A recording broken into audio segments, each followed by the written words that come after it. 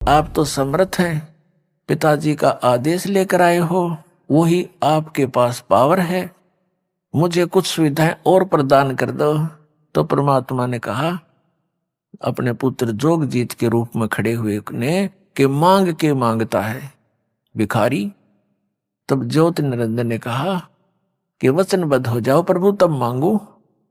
परमात्मा ने जोगजीत रूप में खड़े कहा कि ठीक है मांग, मैं वचनबद्ध हो गया, मांग ले। छोड़ दिए पैर, हो गया खड़ा। इतना भी था यहाँ तो बस काम कहते हैं काम सरा, और बस एकदम खड़ा हो गया। कहने लगा क्या करोगे तुम नीचे जाके? हाँ कहने लगे जी वचनबद्ध करवा के कहा जी 3 युगों में जीव कम ले जाना, और चौथा युग जब कलयुग आवे तब तो शरण जीव बहु जावे। ऐसा वचन हर मोय दीजे, तब तुम गमन संसार ही कीजे। ऐसा वचन है भगवान मुझे दे दो, तब आप नीचे संसार में जाना। तब परमात्मा ने कहा ठीक है भाई। और दूसरा ये कहा कि आप अपना ज्ञान देकर अपना बनाना, बाई फोर्स ना लेना, बलपूर्वक किसी को अपनी शरण में ना लेना। परमात्मा ने कहा ठीक है। ये तो मालिक को पता ही था कि मेरे ज्ञान को जो स्वीकार करेगा वही तो मेरे साथ लगेगा, और जो मेरे ज्ञान पर आधार नहीं रखेगा तो वो मेरा हो ही नहीं सकता। 1-2 सुविधा मिल भी जाएंगी तो फिर छोड़ कर भागेगा। परमात्मा ने कहा ठीक है। कबीर परमेश्वर जी ने, सतपुरुष ने कहा जोगजीत रूप में खड़े ने कि ठीक है जो तूने मांगा मैंने बख्श दिया। तो फिर खड़ा हो गया, आंख बदल गया।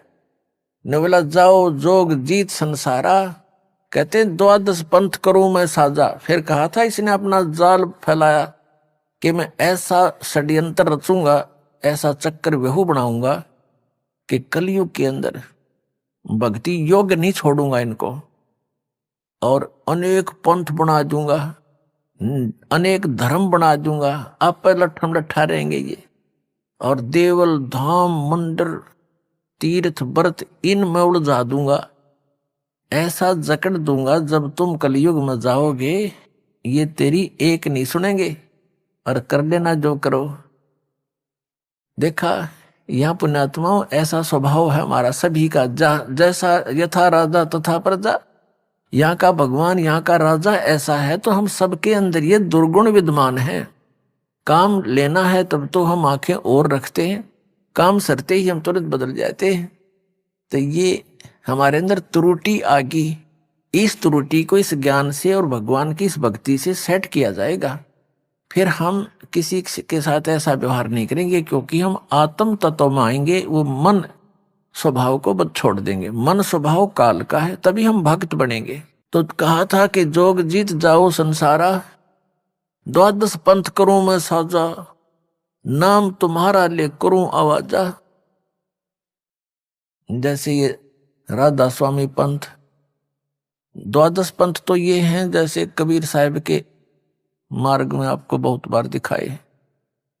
और कहते हैं और अनेक पंथ चलाऊं, या विद जीवों को भरमाऊं, तीर्थ व्रत और तप मन लाऊं, देवल देव और धाम पुजवाऊं, या विद जीवों को भरमाऊं, जाओ जोग जीत संसारा, और जीव न माने। फिर कहा तुम्हारा, कहते हैं फिर बेशक चले जाइयो कलयुग में, जाओ जाइयो जोग जीत संसारा, जीव न माने कहा तुम्हारा, जीव तुम्हारा कहा न माने, और हमरी ओढ़ हो बाद बखाने।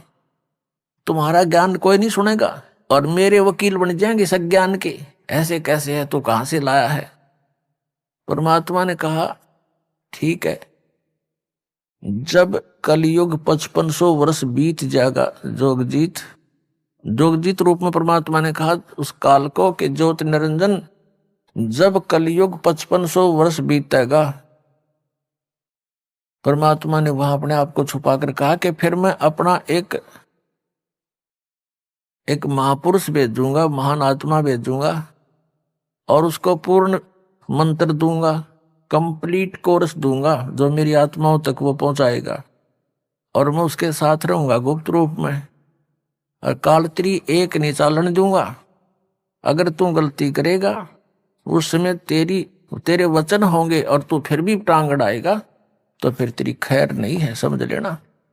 तब इसने कहा था कि परमात्मा जब तुम वहां जाओगे कोई जीव तेरे बात ज्ञान न सुनने वाला नहीं मिलेगा, उससे पहले मैं नकली पंथ चला दूंगा। सतलोक पहले तो कबीर कबीर नाम से चलाए 12 पंथ, फिर यो राधा स्वामी पंथ का बीज काढ़ने बो रखा है और दुनिया डबो दी, करोड़ों व्यक्ति फंसा दिए काल के जाल में। कह का पता नहीं उन्हें सतलोक के बारे में। कहते हैं सतलोक के नाम क्या देते हैं, 500 नाम काल के जाप करवावे, टिकट दे रखी है अफ्रीका की।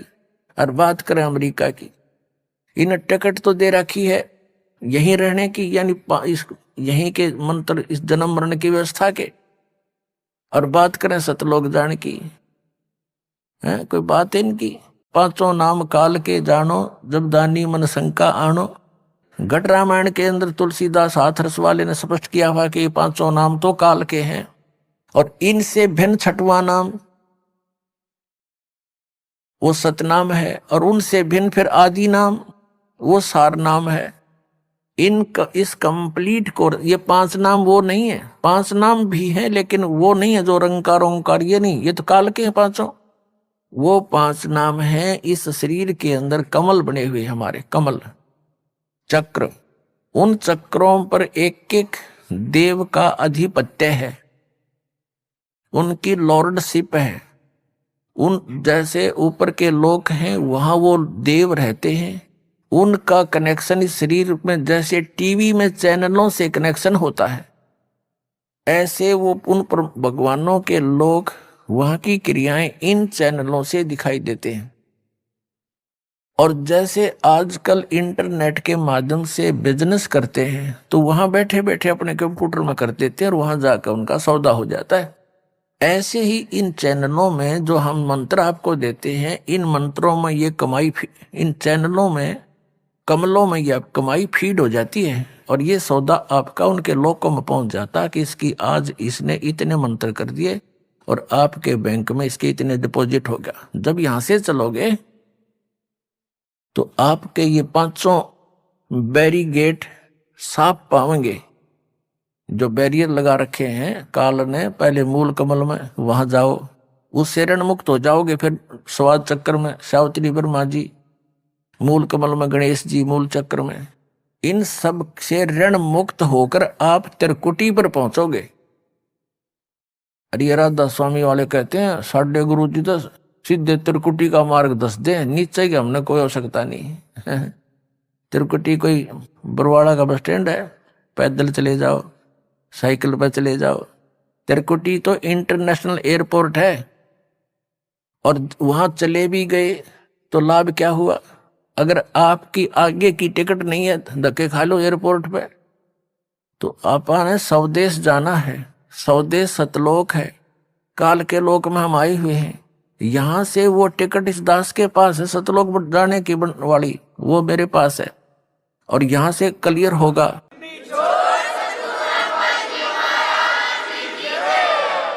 स्वदेश जाने के लिए त्रिकुटी यानी इंटरनेशनल एयरपोर्ट पर जाकर के आगे प्रस्थान करने के लिए बहुत लंबा प्रोसेस है, वो कंप्लीट करना पड़ेगा। पासपोर्ट बनवाना पड़ेगा, सब नो ड्यू सर्टिफिकेट होंगे, तब त्रिकुटी पर जाने का लाभ है। इन्होंने कख तो पता नहीं, नौकर नीचे वाला हमने कोई लाभ नहीं। नाम के जाप करे 500 काल के, बैठा लिया अपना भी और काल के मुंह में झोंक दिए करोड़ों पुण्यात्मा, बोली बाड़ी श्रद्धालु। उनको परम धनी सतलोक पहुंच गए। सतलोक ने कह भी ना पता, सतलोक पहुंचे तो वो पहुंचे हुए होते इनके परम धनी, इनके संत राधा स्वामी वालों के, जय गुरुदेव वालों के। क्या वहां परमात्मा को निराकार और समुद्र की तरह बताते हैं कि मोक्ष प्राप्त प्राणी उसमें ऐसे समा जाता है प्रकाश में, नूर में? भगवान नहीं है, नूर है बस वहां पर सतलोक में। जैसे बूंद समुद्र में मिलकर एक रस हो जाती है, जल का रूप हो जाती है। इनको खाक पता है।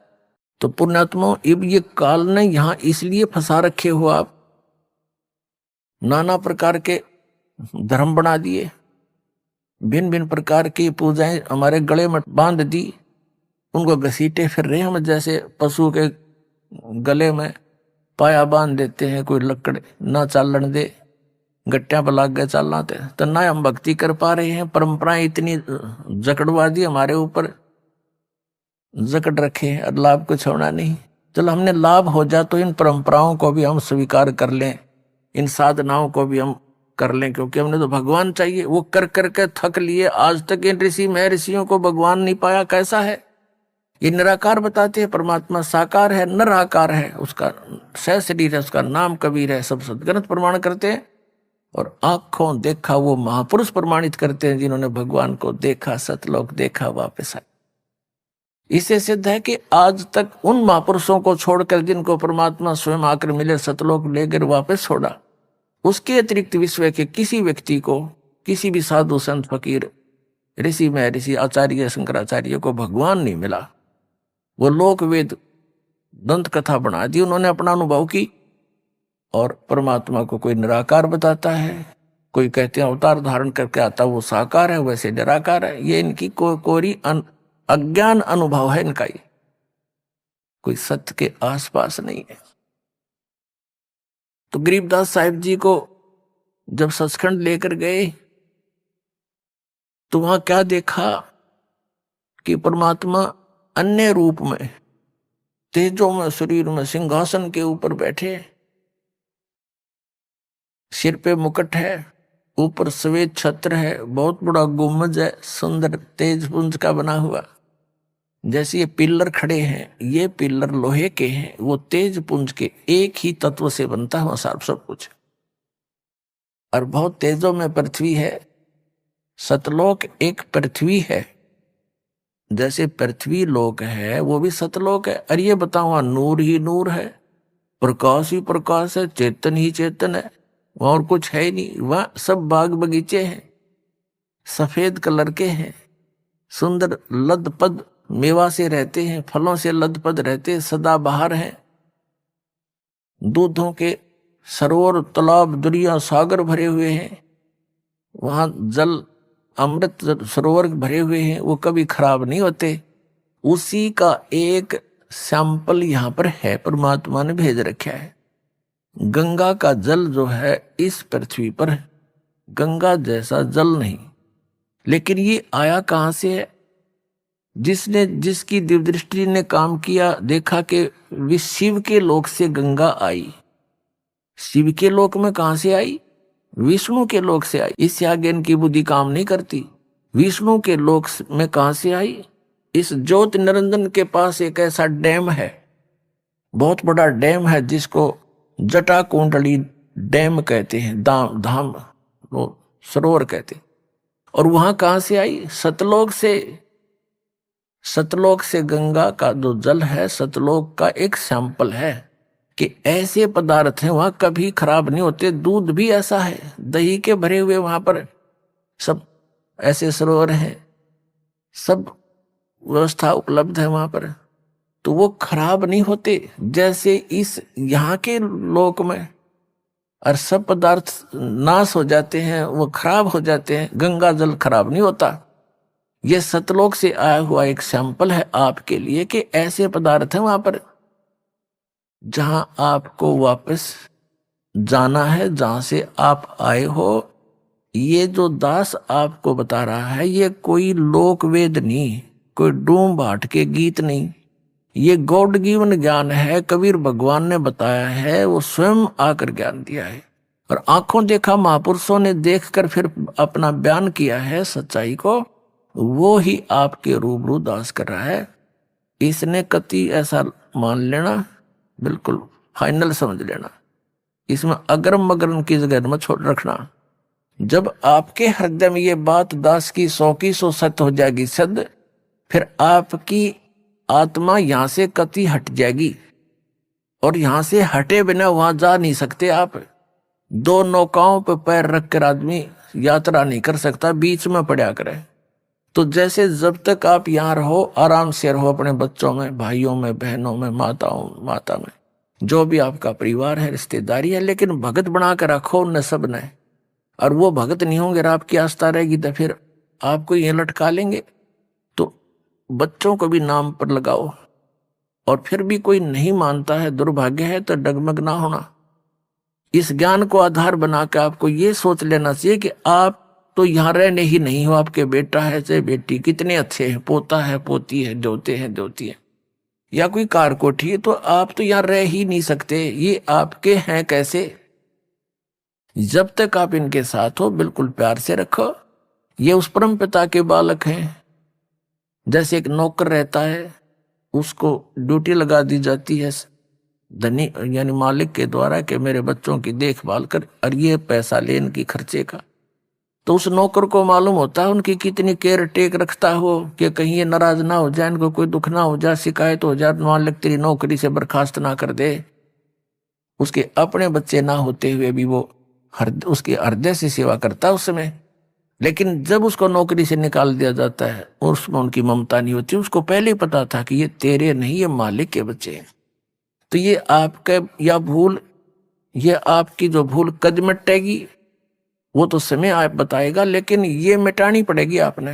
ये बच्चे आपके नहीं हैं, ये शरीर आपका नहीं है। कहते काया तेरी है नहीं, ये माया कहां से हो? और हम यहाँ अपना जीवन नाश करते हैं चोरी करके, डाके मार के, रिश्वत ले करके। आप देखते हो मंत्री लोगों का भी इतिहास सुनते हो, और जजों के बारे में भी सुनते हो, IAS IPS के बारे में, और बहुत से इंजीनियरों के बारे में, डॉक्टरों के बारे में रिश्वत लेते हैं। धिक्कार है उनके जीवन को, उनको ज्ञान नहीं है, इसलिए विष खा रहे हैं। जब ये ज्ञान होगा जहर दिखाई देगा आपको। परमात्मा ने बताया कि तुमने उस दरगाह का मैल नहीं देखा और धर्मराज के तिल तिल का लेखा।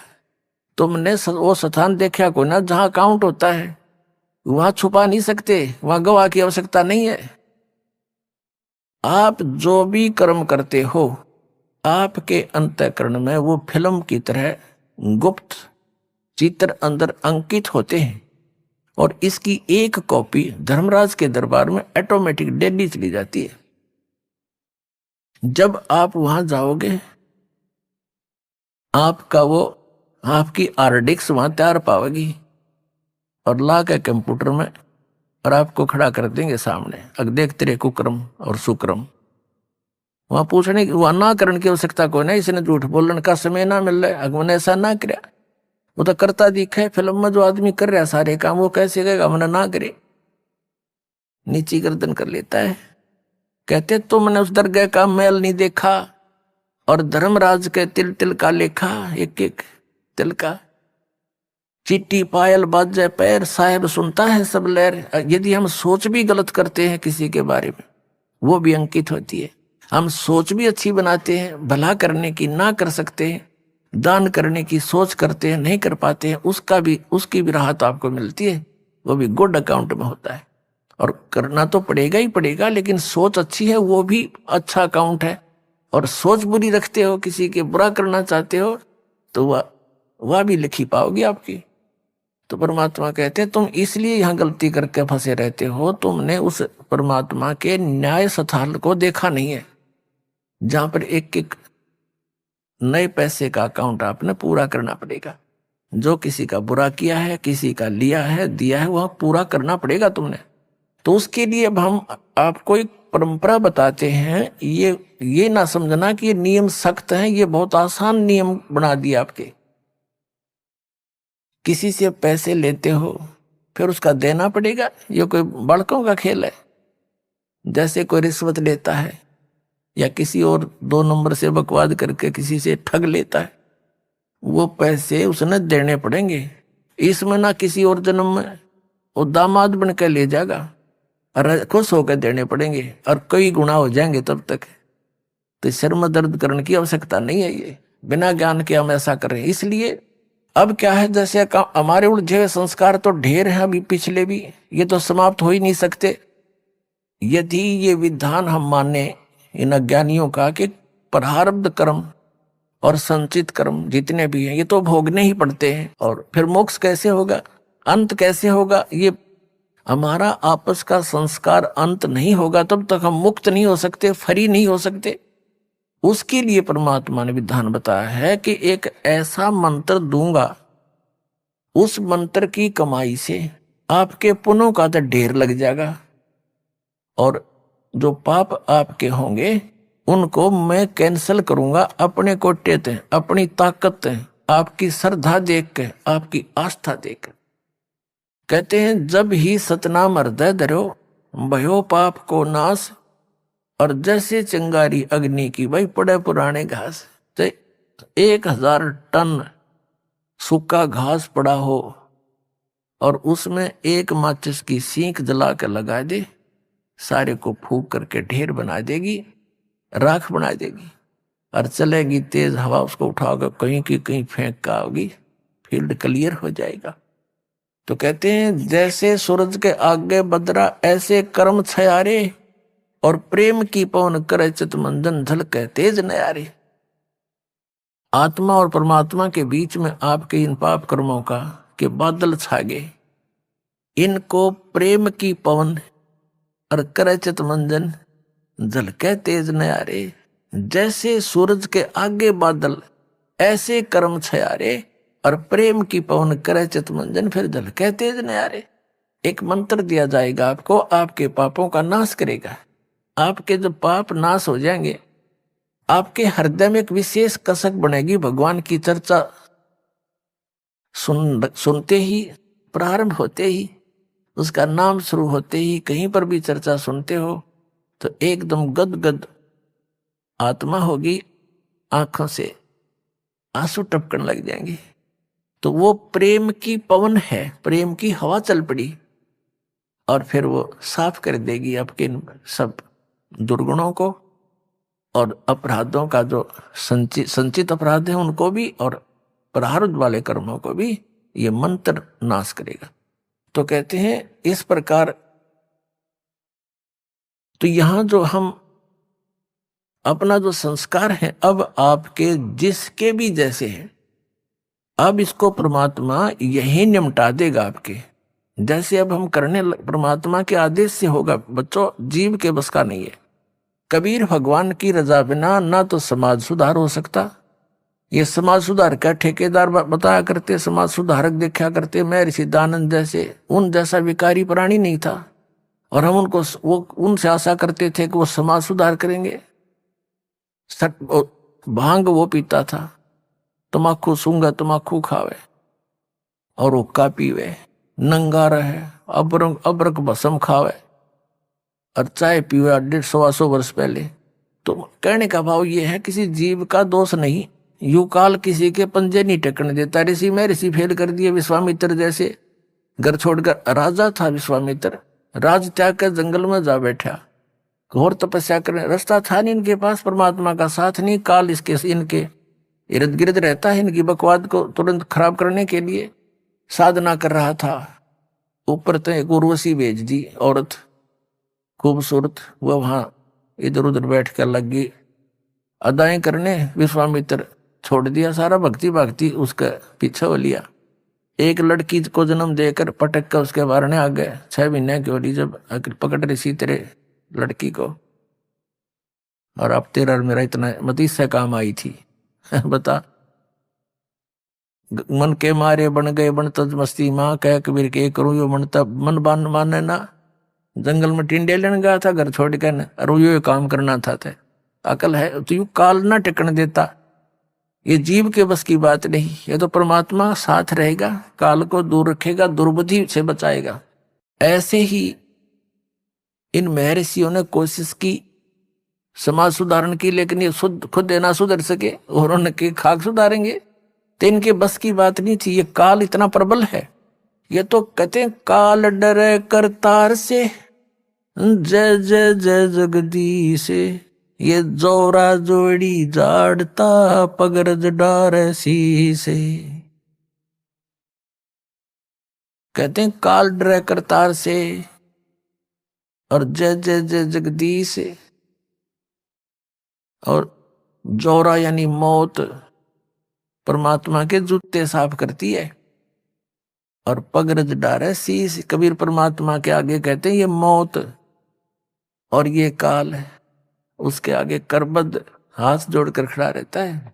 तो क्या बताते हैं, तो ये काल जो है सबको ऐसे तंग करता है। ये कोई समाज सुधार, देखो महापुरुषों ने कोशिश की, जैसे आदरणीय नानक साहिब जी को परमात्मा मिले थे, और उन्होंने प्रतिबंध लगा दिया था कि मांस, शराब, तमाकू छूना भी नहीं है।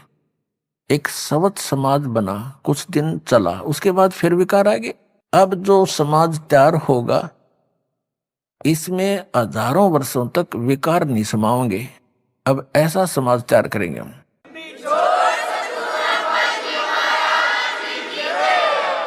बीड़ी, मांस, तम्बाकू, शराब, सुल्फा, बुकी, ये जो बुराइयां हैं ये समाज से ग्रहण की और काल ने लगवाई, क्योंकि इसने करवाना है ये ऐसा कर्म अपना टेस्ट बनाने के लिए।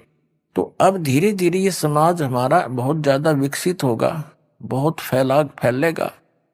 और जब अच्छे समाज की अधिकता होगी, 90% लोग तो देखम देखा अच्छाई में लग जाते हैं और 90% बुराई भी देखा देखी किया करते हैं। जैसे हमने देखा, जो बच्चे हमारे साथ पढ़ा करते थे उन्होंने उस समय वो कोई भी बीड़ी, शराब, मांस, तम्बाकू टच नहीं करते थे। जब उनको नौकरी मिल गई, वहां देखा लंबी सिगरेट लाकर और नो करें, वो भी देखम देखा लागे करने, तो वो बुराई शराब भी शुरू कर दी और वो सिगरेट बीड़ी भी शुरू कर दी। वो बुराई देखा देखी सीखी, उनकी कोई ट्रेनिंग थोड़ी है। तो ऐसे ही हम देखा देखी बुराई पर जो लगे थे अब उसको छोड़ेंगे और इस ज्ञान के आधार से इतना दृढ़ हो जाएंगे, हमने विष दिखाई देगा रिश्वत लेना या दहेज लेना और देना। अब ये दहेज क्या है? अपनी बेटी पर भार लादना है, और जो लेने वाला है वो अपने सिर पे वजन रखेगा। तो परमात्मा क्या करेगा कि आपके ये संस्कारों को निमटाएगा। जैसे अब प्रारंभ कर दिया है परमात्मा की दया से, बुद्धिमान पुण्यात्माएं हैं, भगत हैं, वो समझने भी लगे दास के इस उद्देश्य को। तो वो क्या करते हैं, सिंपल वे से अपने बेटा और बेटियों को लाते हैं और सिंपल एक रामायणी परमात्मा की महिमा का गुणगान करते हैं, बच्चों को बैठा करके। उस परम पिता के मुख से बोली वाणी है ये, और इससे बच्चों के संस्कार जुड़ते हैं। तो ना कोई लेना है ना देना है। बच्चों का ब्याह, लड़के का लड़की से विवाह नाता जोड़ना है वचन से, माया से नहीं। पहले माया कहाँ थी? जब ब्रह्मा विष्णु महेश का ब्याह हुआ, जब कौन से राजा ने सिक्के छाप रखे थे और किसने नोट बना रखे थे। तो हमारी अकल काम ना करती। हम वर्तमान की परंपरा में इतने इतने धस जाते हैं कि हमारी बुद्धि काम ना करती। इस माया से ब्याह होगा? ये तो हम दोषी बना रहे हैं एक दूसरे को, कर्जवान बना रहे हैं बच्चों को। तो फिर ये जो संस्कार आपके आपस के थे परमात्मा खत्म कर देगा, यही फिनिश कर देगा, आपके आगे नहीं बढ़ने देगा। आगे बढ़ाओगे तो फिर सारे नियम तोड़ के बढ़ाओगे, फिर आपकी भक्ति भी जाएगी, संस्कार फिर नए सिरे से शुरू हो जाएंगे, यही धक्के खाओगे, भटकते रहोगे। अब ये समय है यहां से निकलने का। तो जो दास आपको बता रहा था, गरीबदास साहिब जी की आत्मा को लेकर सचखंड में गए। वहां जाकर क्या देखा कि अन्य रूप में परमात्मा एक सिंहासन के ऊपर बैठे हैं और सुंदर शरीर है। एक रोमकूप में करोड़ सूर्य करोड़ चंद्रमा मिला दे इतनी रोशनी है परमात्मा की। मनुष्य दृश्य है, निराकार है। अब प्रसंग यहां से चला था कि ये राधा स्वामी पंथ, जय गुरुदेव पंथ, सच्चा सौदा सिरसा वाले का पंथ, या और भी किससे तो बात कर लो, सब ये कहते हैं परमात्मा निराकार है। चाहे कोई राम कृष्ण का पुजारी है और विष्णु जी की मूर्ति रखे, हम भी ऐसे ही करते थे। फिर पूछते थे कि भी भगवान कैसा है? कि परमात्मा तो निराकार है, वो तो दिखाई थोड़ा देता है, उसका तो प्रकाश प्रकाश दिखता है। फिर श्री विष्णु जी की मूर्ति किस लिए रखी जब भगवान निराकार है? तो विष्णु जी क्या है? तो हमारा ज्ञान कोई आधारित नहीं था। हमारा जो ज्ञान है ये विचलित था, निराधार था। अब जैसे गीता जी अध्याय नंबर 2 के श्लोक नंबर 53 में 53 में कहा कि अर्जुन, जिसमें तेरी बुद्धि भिन्न भिन्न प्रकार के भ्रमित करने वाले वचनों से हटकर एक परमात्म तत्व के तत्व ज्ञान पर स्थिर होगी, तब तो तू योग को प्राप्त होगा। तब तो तेरे में भगत के लक्षण आवेंगे, तू योगी बनेगा, भगत बनेगा। तो दास आपको ये भिन्न भिन्न प्रकार के भ्रमित करने वाले वचनों से हटाकर और उस एक तत्व ज्ञान पर स्थिर करना चाहता है। उसके लिए आप जी को सभी धर्मों के धर्म ग्रंथ आपके रूबरू करता है ये दास। और जो उस धर्म के धर्मी वर्तमान के जो प्रवक्ता है, वचन करता है, या अब से कुछ 100-200 वर्ष पहले तक के आ रहे हैं, जो अपना अनुभव बना करके, जो उन्होंने सारे जीवन में जैसा भगवान को जाना, सदग्रंथों को जाना, अपना अनुभव वो अलग से बनाकर चले गए पुस्तक। और उनके अनुयायी उनके द्वारा अनुभव की पुस्तक को ये मानकर ग्रहण किए हुए हैं कि ये सदग्रंथों से मेल खाती है, क्योंकि उन पुस्तकों में उन्हीं महापुरुषों और सदग्रंथों के नाम लिखे हैं कि उन्हीं से भी हमने ये जाना और स्वयं अनुभव भी ऐसा किया। तो दास ने उन सभी के अनुभव की पुस्तकें, उनके अनुभव के प्रवचन, जैसा कि टीवी आदि के माध्यम से, सीडी के माध्यम से, मीडिया के माध्यम से उन्होंने अपना जो प्रवचन कर रखे हैं, ज्ञान जनता में बांट रखा है, वो सारा आपके रूबरू कर दिया कि ये तो ये बतावे हैं। और दास ने ऐसा अनुभव किया है और जो वेदों से मेल खाता है, और सभी महापुरुषों को जिनको परमात्मा मिले उन्होंने जो बताया वो भी दास का मेल खाता, इनका नहीं खाता। तो इससे उनको रिजेक्ट कर दो। तो उस गलत अनुभव को, गलत ज्ञान को, शास्त्र विरुद्ध ज्ञान को त्याग के और शास्त्र विरुद्ध साधना को त्याग कर शास्त्र अनुकूल साधना ग्रहण करो। ये सारा कुछ प्रयत्न करके दास का निष्कर्ष यही निकालता है दास कि आप उन सभी को त्याग कर, जो आपकी दिशा ठीक नहीं थी, वो शास्त्र ठीक नहीं थे, उनके अनुभव ठीक नहीं थे, वो संत अनुभवहीन थे, उनको परमात्मा प्राप्ति हुई नहीं, जिनको तुम परम धनी मानकर, महर्षि मानकर, आचार्य मानकर चिपके हुए हो, शंकराचार्य मानकर उनके चिपके हुए हो, उनके पास यथार्थ आध्यात्मिक मार्ग नहीं है। आपका जीवन नाश हो रहा है और ये प्रमाण प्रूफ देख लो। और इतना कुछ देख कर भी जो नहीं मानता है, उसके लिए परमात्मा कहते हैं वो चातुर प्राणी तो चोर हैं, जो अटपट करके दुनिया ने पीछे लगाए बैठे हैं। कहते हैं चातुर प्राणी चोर हैं, ये मूड मुग्ध हैं, ठोठ। इतना ज्ञान देखकर, प्रमाण देखकर भी उनके चिपके बैठे हैं, वो हैं मूड ठोठ, बिना अकल के। और वो संतों के नहीं काम के, उनको दो गलजोट। तो परमात्मा कहते हैं कि वो फिर हमारे काम के भी कोई नहीं, वो वहीं मरे रहो, फिर और क्या इलाज है उनका। इतने प्रमाण देखकर और फिर विष खाने की तैयारी में, तो या तो वो नशे में है या कति मूढ़मती। फिर क्या बताते हैं कि जानबूझ साची तजय। एक भक्त ने अपने गुरु को कहा कि गुरुदेव आप संत हैं, और संत वही हो जो सच्ची बोले। पहले तो उसने उसको तैयार किया नो विवश करने को कि ये कदे अटपट ना कर जा। और भगत भगवान के मार्ग में झूठ बोलो, भगत कैसा? कहाँ बेटा बच्चा ऐसा ही है कि आप अपनी आत्मा से बताइए, जो पुस्तक ये मैंने पढ़ी है और ये आपके अनुभव के विपरीत है, या सच्ची है या झूठी। तो उसने कहा भाई तेरे को सच्ची लगती होगी तू ग्रहण कर ले, मैं तुझे बाधा थोड़ा ही कर रहा हूं, मुझे तो अच्छी लगती नहीं। तो उनको कहते हैं जानबूझ साची तजय और करे झूठते ने, ताकि संगत है प्रभु स्वप्न में बना दे। इसे दुष्ट के दर्शन भी नहीं करे, स्वप्न में भी जानबूझ कर। किस लिए?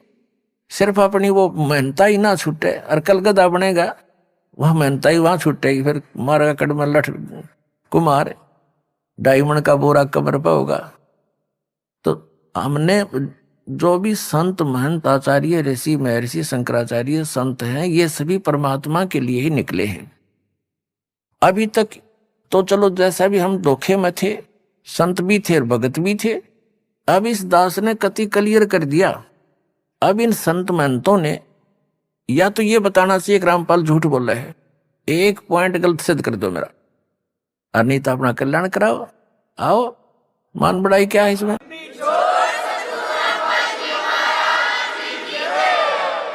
अब जैसे एक डॉक्टर है और डॉक्टर के पास औषधि की खोज होगी, आपका वो रोग है, उसमें मान बढ़ाई की है, डॉक्टर का काम तो दवाई देना, मरीज का काम लेना और खाना, उसमें के कौन बड़ा और कौन छोटा? डॉक्टर डॉक्टर ही है, दवाई उसने देनी है क्योंकि उसको मिल गई है।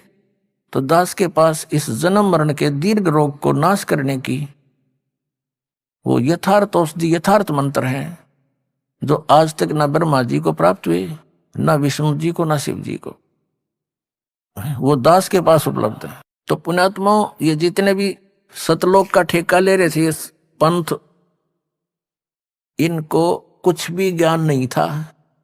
हमारे वेद बताओ, परमात्मा नराकार मनुष्य सदृश राजा के समान देखने योग्य वहां से गति करके आता, आत्माओं